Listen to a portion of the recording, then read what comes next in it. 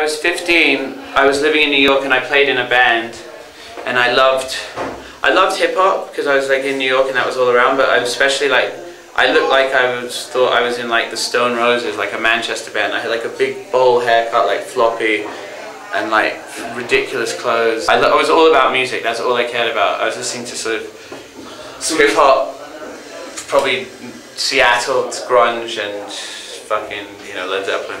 It was really simple, to be honest.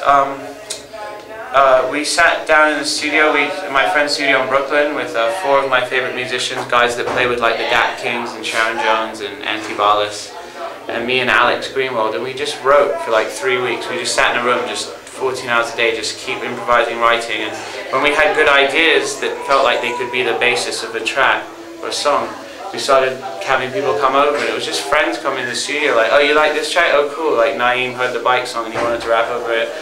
You know, and Andrew from Mike Snow, someone I work with a lot, so it was a big deal for us to play here because it's, you know, like I said at the show, there was such a French influence in the record, I think. You know, it was just like the influence of people like Jean-Jacques Perry and Daft Punk and Jean-Michel Jarre, and he was really big in the 80s, like Oxygen and those records. My dad, I remember my mum and dad having them on cassette, and he just kind of invented it. Like, I think Daft Punk revolutionized like the way that you'd go to see a DJ perform live, because they did the Pyramid, it was brilliant, but Jean-Michel Jarre is almost like the Godfather, like one man alone with a thing that could play for 1 million people and still be completely captivating.